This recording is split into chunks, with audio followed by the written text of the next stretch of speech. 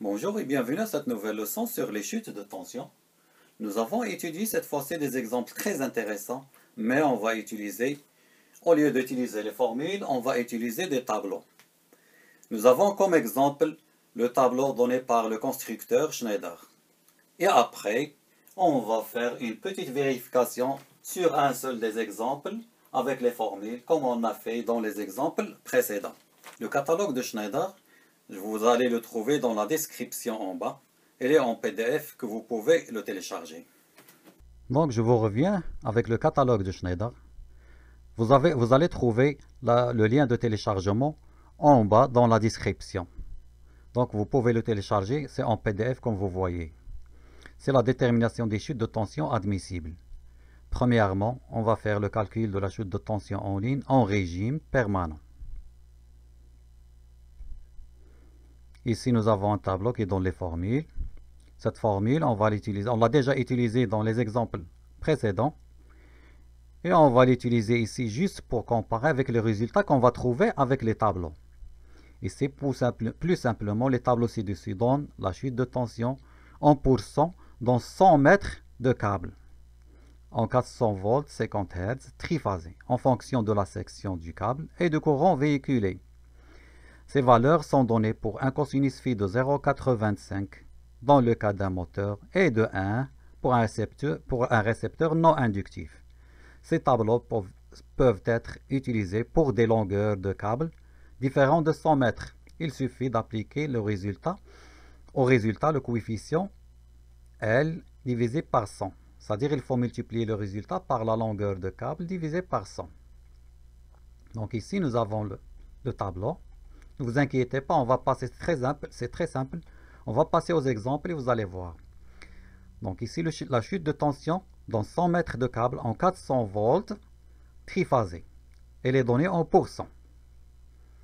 Elle est donnée pour le cuivre et pour l'aluminium. Pour ici, c'est pour un cosinus phi de 0,85. Ici, on va trouver dans cette partie-là horizontale, c'est la section en millimètres carrés. Et dans cette partie-là, c'est-à-dire la verticale, c'est le courant véhiculé, IN, en ampères. Donc le deuxième tableau, c'est pour un cosinus phi est égal à 1. Donc je vous donne le temps, c'est-à-dire de voir le tableau. Donc dans notre exemple, on va utiliser ce premier tableau. Ça, c'est le deuxième tableau pour un cosinus phi qui est égal à 1. Et on va passer à l'exemple. On a déjà étudié des exemples comme celui-là. Donc ici, nous avons un moteur triphasé en 400 volts de puissance 7,5, IN 15 ampères, cosinus phi 0,85 et alimenté par 80 mètres de câble de cuivre. Elle est en cuivre, elle est triphasée et de section 4 mm carrés. Donc comme vous remarquez, on a ici la longueur de 80 mètres et non 100 mètres. Alors qu'est-ce qu'on a dit? On va multiplier le résultat par 80 divisé par 100. Donc la chute de tension entre l'origine de l'installation, ici, le point A, et le départ moteur, ici, le départ vers le moteur, c'est là, c'est le point B, et les données est évalué à 1,4%.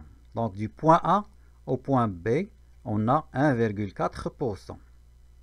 Donc qu'est-ce qu'il va nous rester à calculer? Il va nous rester à calculer la chute de tension du point B vers le moteur qui est delta BC. Et après, on va faire la somme pour trouver le delta U total, c'est-à-dire du point d'origine de l'installation vers jusqu'à l'utilisation ou jusqu'au moteur. Donc pour L, pour une longueur de 100 mètres, le tableau, page précédente, donne delta AC est égal à 3,2%. On va aller voir le tableau. On est ici dans la section de cosinus phi 0,85. On a un câble triphasé, 400 volts, sous 400 volts, et de section de 4 mm². On est là. Le courant, il est de 16. Donc, delta, ou la chute de tension en pourcent, c'est 3,2. Mais attention, ça c'est donné pour 100 mètres carrés, pardon, 100 mètres de câble, de longueur. La longueur du câble est 100 mètres, ici dans le tableau. Mais qu'est-ce qu'on a dit ici? Il suffit de multiplier ce résultat, c'est-à-dire 3,2, multiplié par la longueur qu'on a, qui est de 80 mètres, divisé par 100 mètres. Donc, comme vous voyez, c'est très simple.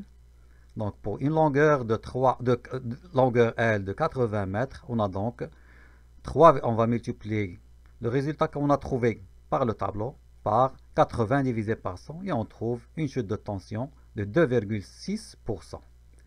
Donc, 2,6%, c'est ici, depuis le départ moteur vers le moteur. Le départ moteur, c'est ici, le point B. Et le moteur, il est là, au point C. Donc, delta AC est égal à 3,2 multiplié par 80 divisé par 100, qui est égal à 2,6%, comme on vient de le dire. La chute de tension entre l'origine de l'installation et le moteur vaut, c'est-à-dire la chute de tension totale, du point A vers le point C, c'est la somme des deux tensions. Celle-là, elle est donnée.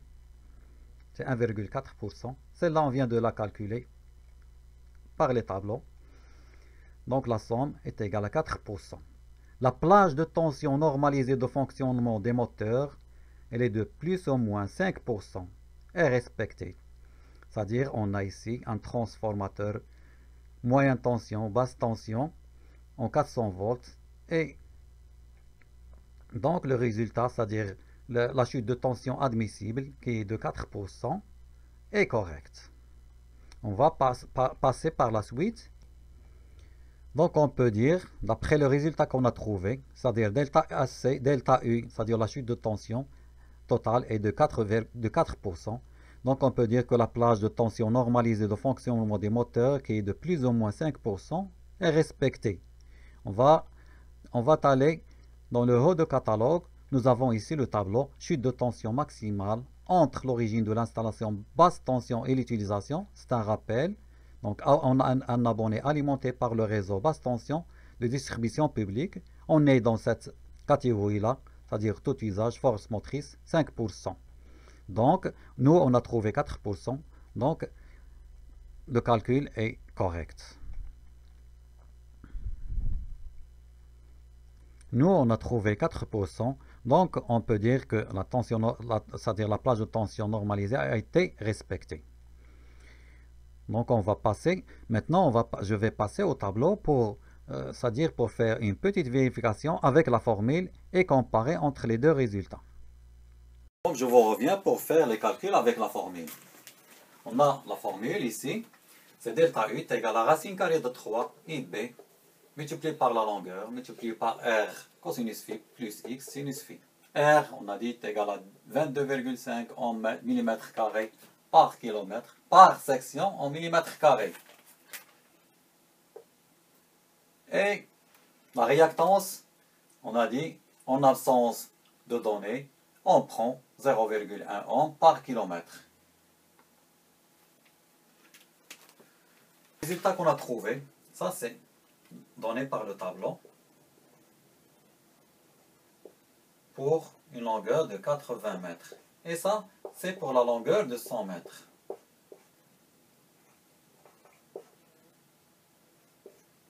Donc, on a multiplié par la longueur divisé par 100, on a trouvé 2,6%. Maintenant, on va faire notre calcul par la formule. C'est racine carrée de 3 multiplié par IB qui est de 16 ampères multiplié par 0, attention aux unités, c'est 0,08 km multiplié par 22,5 divisé par la section qui est de 4 mm² multiplié par 0,85 plus 0,1 multiplié par sinus phi. Sinus phi, c'est 0, puisqu'on a 0,85, on peut en déduire le sinus phi qui est de 0,52. Donc, ceci, c'est Z, et de 4,83 multiplié. Donc, delta U est égal à 10,72 volts. Ça, c'est en volts. Donc, on va la transformer en pourcent. Et on va trouver un résultat de 2,67%. Et on peut conclure qu'on n'est pas très loin du résultat qu'on a trouvé, qui est de 2,6% donné par le tableau. Donc on peut conclure que delta U BC calculé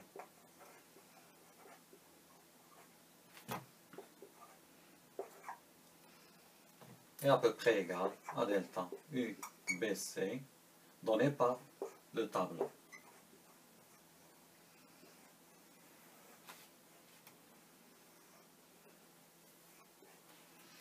Et on va revenir au catalogue de Schneider pour faire la suite des exemples. Au calcul de la chute de tension au démarrage en amont du départ moteur. Lorsqu'on dit en amont du départ moteur, c'est cette plage-là. C'est la plage de A vers B. Et par la suite, dans l'autre exemple, on va passer au calcul de la chute de tension au démarrage aux bornes du moteur, c'est-à-dire de B vers C, et faire le total, c'est-à-dire du point A vers le point C. Maintenant, on va voir le tableau suivant.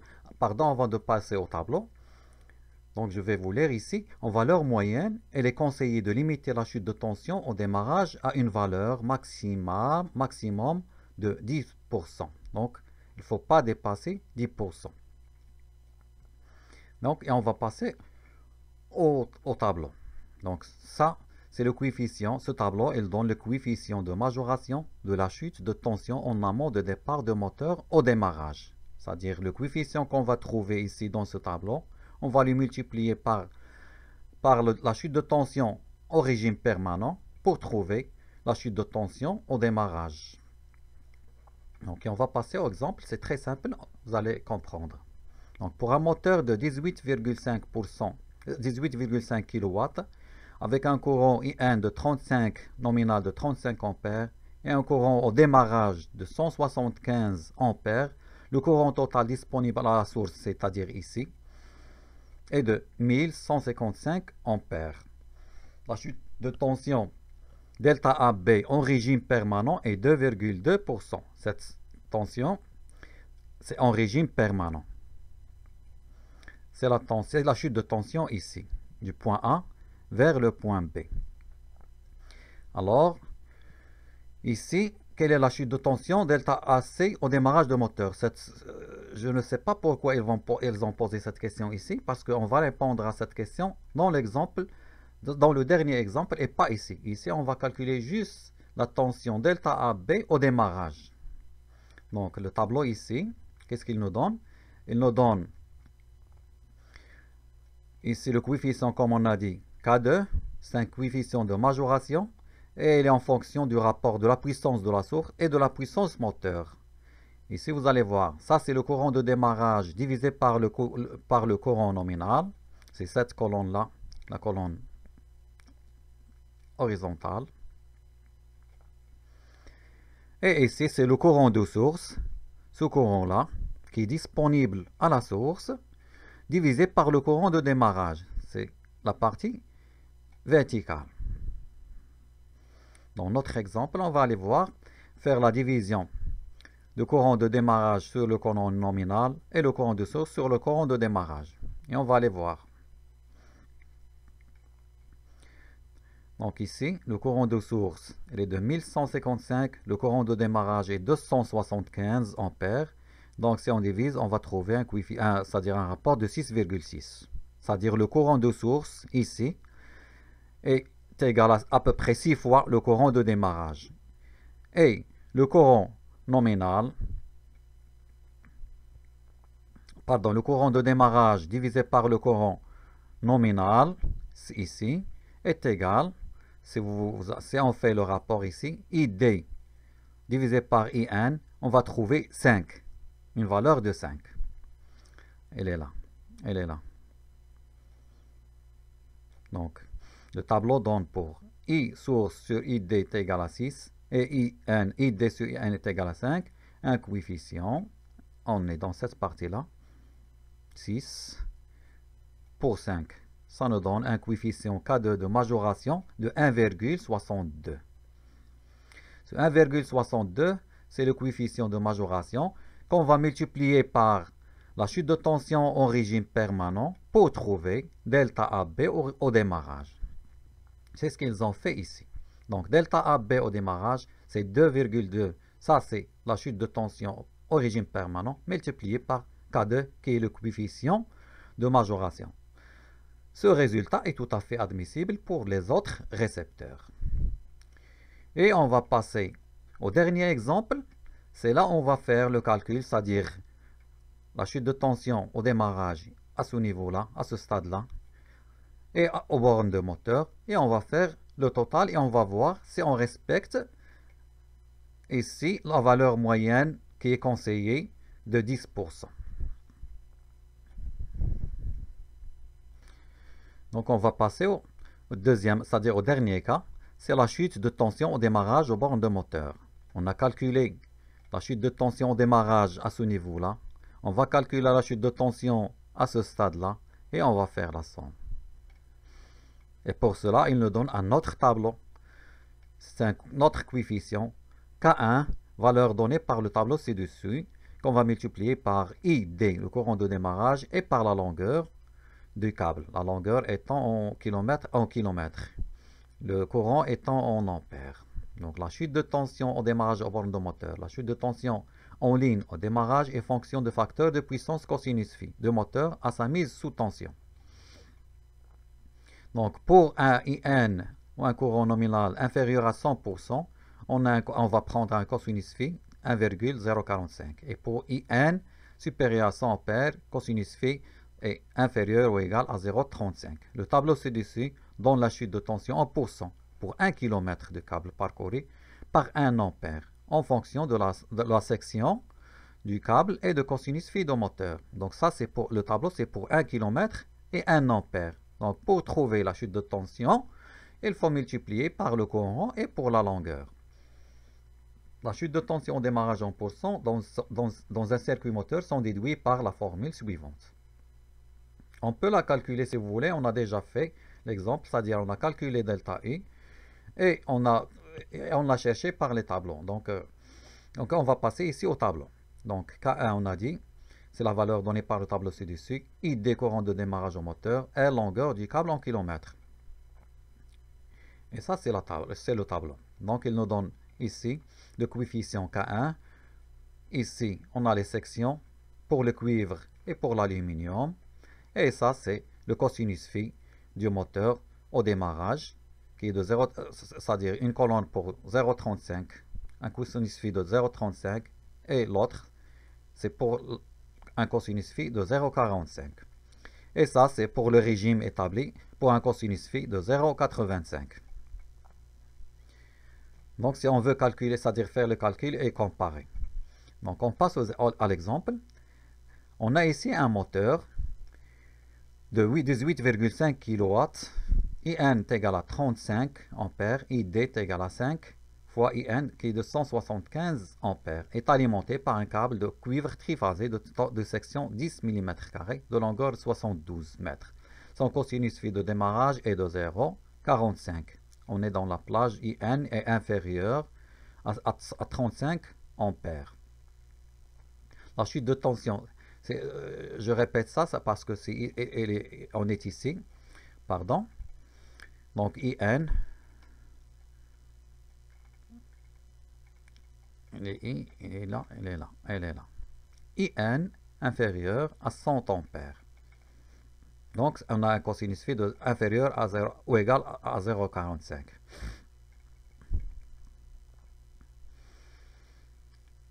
est alimenté, la chute de tension au dernier niveau de distribution est égale à 2,4%. On nous donne la chute de tension ici, qui est de 2,4%.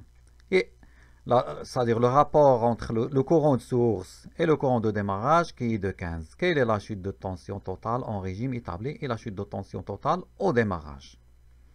Donc c'est très simple. D'après le tableau ci-dessus, dernière ligne, la chute de tension dans la ligne moteur en régime établi vaut delta BC est égal à 0,85 multiplié par 35 multiplié par 0,072 qui est de 2,24. Donc on est ici. C'est pour cosinus phi est égal à ça, c'est pour le régime établi. On a un cosinus phi de 0,85. On est ici, le coefficient K1 est égal à 0,89.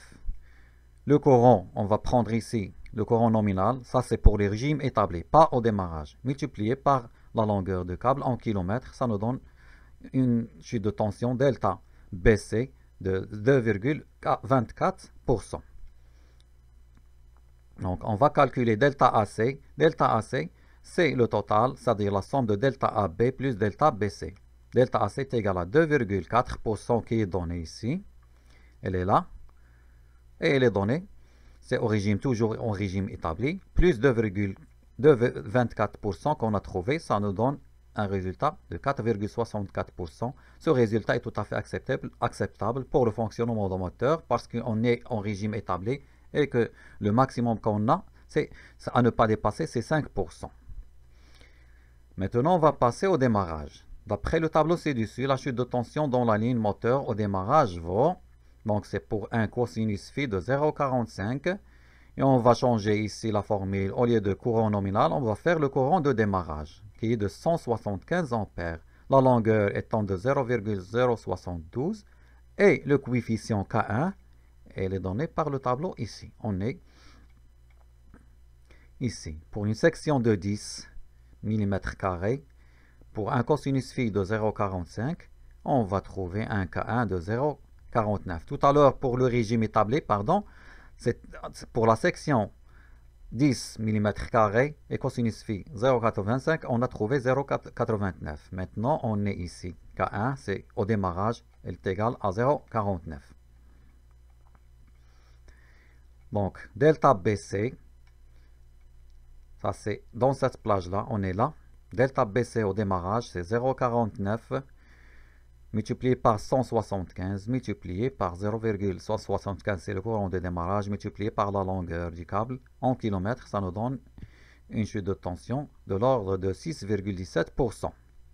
Maintenant, on va faire la somme. La somme de delta AC au démarrage est égale à delta BC qu'on vient de calculer, qui est de 6,5 plus delta AB. Delta AB, on l'a. Elle est donnée, mais en régime permanent. Pour la trouver en régime au démarrage, il faut multiplier par le coefficient K2. C'est l'exemple qu'on a fait tout à l'heure. K2. Donc ici. C'est ça l'exemple. Nous, on va chercher dans notre cas K2 à quoi est égal. Donc on a I source sur ID est égal à 15 et ID sur IN est égal à 5. On va aller chercher dans le tableau le coefficient K2 de majoration. Donc, pour 15 et 5. Donc, pour I source sur ID 15 et ID sur IN 5, on doit trouver 1,27. Le coefficient K2 de majoration est de 1,27. On va revenir.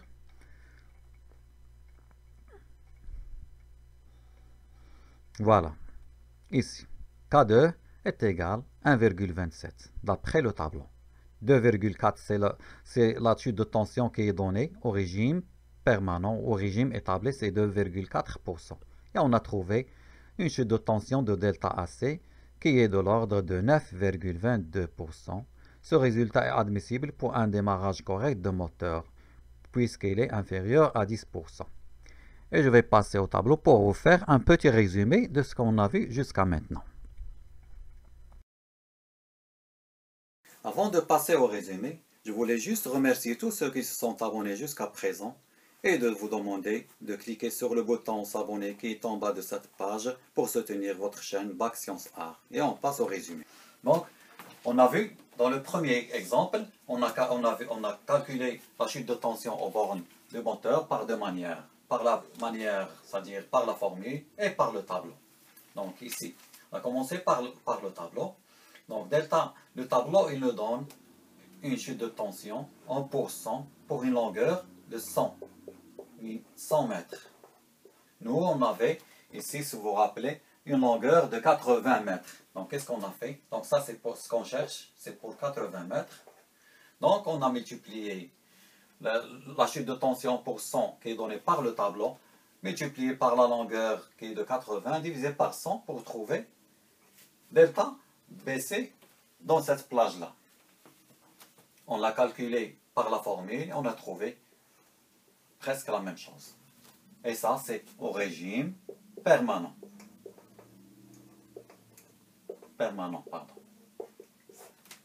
Maintenant, on va passer au régime au démarrage.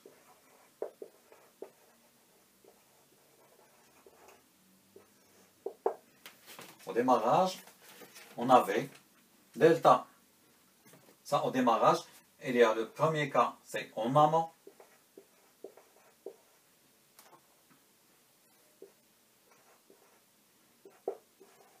Du départ moteur, c'est-à-dire dans cette plage-là. Ici, delta AB. Delta AB, pardon, ici. C'est delta AB, ou la chute de tension, delta AB, dans cette plage-là. Ça, c'est le départ moteur. Lorsqu'on dit départ moteur, c'est on est ici. Donc, delta AB, donné par le tableau, c'est le coefficient K2 multiplié par delta AB U, pardon, delta U AB au démarrage est égal à K2 multiplié par delta AB au régime permanent. Et K2, c'est ce qu'on a cherché dans le tableau. K2, on a dit, il est fonction de le courant ID de démarrage moteur sur le courant nominal et en fonction aussi de courant de source sur le courant de démarrage. Le courant de source, IS, il est donné. Et ici, on a IN et ID. Donc, K2, si vous vous rappelez, le tableau, il nous donne K2 en fonction du rapport du courant de démarrage sur le courant nominal et le courant de source sur le courant de démarrage. Donc, on trouve le coefficient K2 et on multiplie par la chute de tension. Dans l'exemple, ils nous ont donné delta AB au régime permanent. On les multiplie par K2 pour trouver la chute de tension delta AB au démarrage. Donc, maintenant, on est point B. On est ici. Donc, on va calculer la chute de tension au démarrage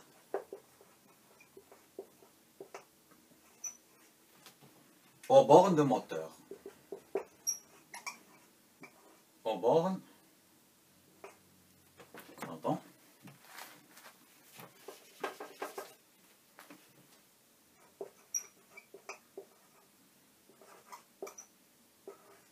Aux bornes moteur. Et on a trouvé delta A, delta U au démarrage est égal à K1 multiplié par ça, c'est le dernier tableau. On a trouvé le K1 multiplié par le courant de démarrage multiplié par la longueur. La longueur est en kilomètres. ID en ampères et K1 est le donné en fonction pour 1 km de câble et 1 ampère.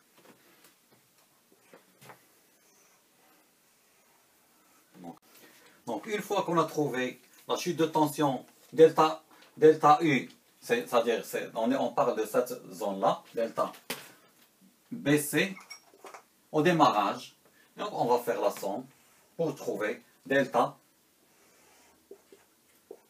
AC.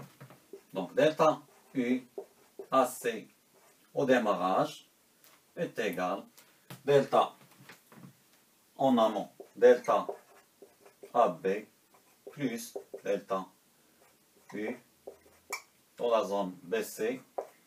Ça c'est au démarrage, ça c'est au démarrage. Et on a comparé, elle doit être inférieure à 10%. Ne doit jamais dépasser 10%. Bon, j'espère que vous avez bien appris cette leçon sur les chutes de tension. Je vous donne rendez-vous, Inch'Allah, pour une autre leçon. N'oubliez surtout pas de soutenir votre chaîne Bac Sciences Art. Merci.